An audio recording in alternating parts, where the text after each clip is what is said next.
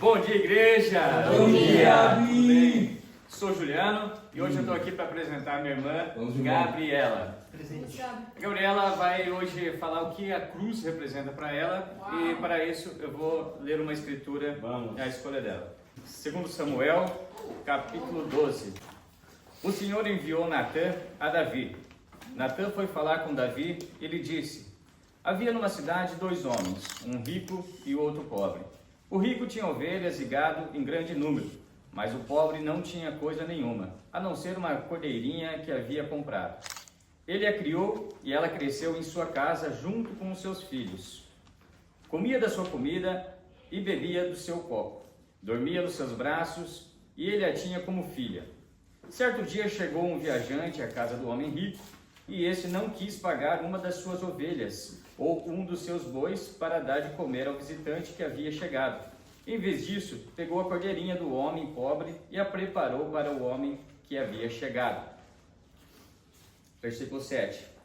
Então Naarã disse a Davi: esse homem é você. Assim diz o Senhor, o Deus de Israel: eu ungi rei sobre Israel e eu o livrei das mãos de Saul. Eu lhe dei a casa de seu senhor e as mulheres de seu senhor em seus braços. Também lhe dei a casa de Israel e de Judá. E se isto fosse pouco, eu teria acrescentado tais e tais coisas. Porque então você desprezou a palavra do Senhor, fazendo com que era mal aos olhos dele? Com a espada você matou Urias, o heteu. Você tomou por esposa a mulher dele, depois de o matar com a espada dos filhos de Amon. Agora, pois, a espada jamais se afastará da sua casa, porque você me desprezou e tomou a mulher de Urias, o heteu, para ser a sua mulher. Então, Davi disse a Natã: pequei contra o Senhor. Olá, igreja, bom dia. Bom dia. Eu quero primeiramente agradecer ao Lucas e a Ana pela oportunidade de compartilhar com vocês o que a cruz significa para mim. Eu queria começar dizendo que, para mim, a cruz significa segunda chance. Como a gente leu aqui, Davi, ele pecou contra Deus. E Davi, ele era rei. E ele foi honrado por Deus por ele ser muito justo. Ele foi perseguido por Saul e quando teve a chance de matar, ele decidiu não fazer, porque ele não quis tocar em um ungido do Senhor. Davi era rei, justo, tinha muitas riquezas, era um guerreiro e ainda assim ele pecou. Então, se Davi pecou, quem dirá eu? Eu cresci no Brasil, eu nasci lá, passei a minha vida, toda a minha infância, adolescência, até os meus 18 anos. A minha vida no Brasil, eu vim de um lugar onde morava uma região onde tinha muita violência, onde tinha muito crime. Eu perdi muitos familiares por conta disso, eu perdi primos aos quais eu cresci juntos, foram assassinados por conta do crime. Eu perdi meu tio, que era a figura mais próxima que eu tinha de um pai, e também foi assassinado. Então, a minha vida foi muito... o que, quando eu compartilho a minha história, né, muita gente acha que fica assim, uau, é muita coisa, né? É difícil, mas a minha vida, na verdade, é muito similar à maioria dos brasileiros. A minha história é muito mais semelhante ao meu país do que qualquer outra história. Então, por conta disso, eu cresci um pouco, assim, eu cresci na igreja, né? Eu tive um contato com Deus durante a infância e minha avó era pastora, mas em meio a todo aquele caos eu ficava me questionando, aonde está Deus? Porque tem uma pessoa que ora todos os dias, uma pessoa que se volta a Deus todos os dias, que dedica a vida dela a Deus todos os dias e ainda assim nada melhora. Ainda assim eu sofria muito abuso psicológico, eu sofria muito abuso físico também, cresci sob muita pressão, eu tinha que lidar com muitas situações, eu tinha que ter muitas responsabilidades aos quais não era o meu dever. Então, durante a adolescência, eu decidi sair do país, porque eu achei que seria a melhor forma de me curar, seria indo embora daquele lugar. Acontece que aonde eu ia, aquela coisa, né? Eu tava. Então, nem sempre o problema era ao meu redor, porque eu pecava. Então, eu transformava aquela dor que eu sentia, aquela revolta que eu sentia dentro de mim, de me sentir sozinha muitas vezes, de querer ter uma família como todos os meus amigos tinham, como as pessoas tinham, e eu não tinha aquilo. Então, eu me revoltava contra aquilo e principalmente eu me revoltava contra Deus. Eu blasfemava muito, eu mentia muito, eu pecava. A minha vida era totalmente desonesta, eu roubava,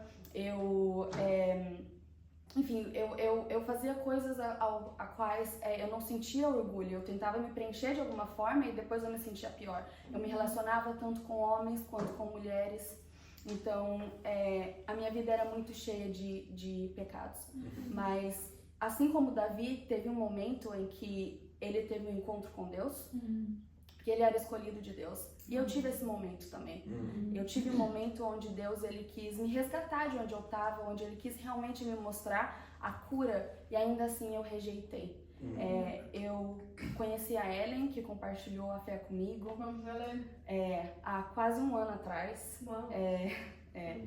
Eu estudei a Bíblia com ela, mas eu estava tão dominada pelo pecado que eu não conseguia me sentir confrontada pela palavra, porque o pecado ele me cegava. Então, e eu estava feliz com aquilo. Eu estava feliz da forma que eu estava vivendo. Então, eu menti durante os meus estudos bíblicos, eu escondi coisas, eu não fui aberta sobre tudo, mas eu queria estar no reino, porque aquilo ali me trazia, me preenchia de certa forma. Então, eu me batizei. Fiquei no reino por 6 meses, de certa forma, mas eu não era discípula. Eu caminhei com discípulos, eu estava o tempo todo com as pessoas, e ainda assim eu não era discípula. Então, o pecado, né, ele me fez passar por situações como consequência daquilo. Eu fiquei depressiva por muito tempo, e eu mentia sobre isso. Eu tinha muitas dificuldades e eu mentia sobre isso. Então eu estava constantemente mentindo. E o pior de tudo é que eu mentia para mim mesma. Eu achava que a melhor forma de eu conseguir superar as coisas era tentando me enganar. Só que você não pode esconder o que você é de Deus. Não importa quanto você tente se enganar, o quanto você diga, o quanto você olha ao espelho e tenta se confortar com alguma situação ou qualquer coisa. Deus, ele te conhece. Ele sabe exatamente o que você é. Então, foi ali que Deus, ele foi misericordioso e ele me deu uma segunda chance. Mas essa segunda chance me fez ver que ainda assim eu ia ter que ter desafios com aquilo, que não seria fácil. Mas com tudo isso eu aprendi que nunca é tarde para você fazer a coisa certa. Isso. Nunca é tarde para você se arrepender, por mais difícil que seja. Nunca é tarde para você fazer o que é certo. A dor maior do pecado não fui eu que aguentei. A consequência maior do pecado não fui eu que sofri.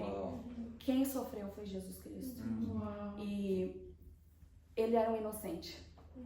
Jesus, ele era uma pessoa que não mentia. Ele era uma pessoa que não enganava. Ele era uma pessoa que vivia na luz e não vivia nas trevas. E ainda assim ele morreu por mim e ele morreu por todos vocês que estão aqui hoje.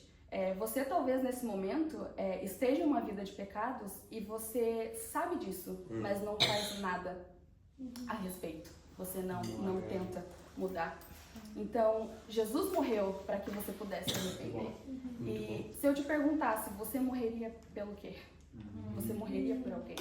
Você faria o que Jesus fez? Ou você prefere viver em uma vida de escuridão ao invés de ir para a luz? Então eu quero te convidar hoje a estudar a Bíblia. Eu quero te convidar a conhecer Jesus verdadeiramente, a se arrepender e dar uma segunda chance para você também. O pecado, ele envergonha a gente. O pecado, ele faz a gente sentir que não tem saída, que não tem solução e que aquilo ali é o que é. Mas isso não é verdade, porque a palavra de Deus diz o contrário. E Mateus 7,7 diz, busque e você o encontrará. Então busque a Deus e você o encontrará. Muito bom. Tem mais uma escritura também que eu quero compartilhar sobre o pecado em si, aquela vergonha que você pode carregar de querer ser aberto, de querer compartilhar. Exato. Isaías, capítulo 1, versículo 18. Vamos lá. Ainda que seus pecados sejam vermelhos como escarlate, eles se tornarão brancos como a neve. Ainda que sejam rubros como a púrpura, como a lã se tornarão. E com isso a gente vê que essa é a verdadeira graça de Deus. Sim. Ele não apenas perdoa, mas ele transforma completamente aqueles que se viram a Ele, aqueles que buscam a Ele. Então eu quero convidar vocês a tomarem a decisão e aceitarem a chance que Deus está dando para vocês de estarem aqui hoje e se tornar para Ele. Muito bom, Amém.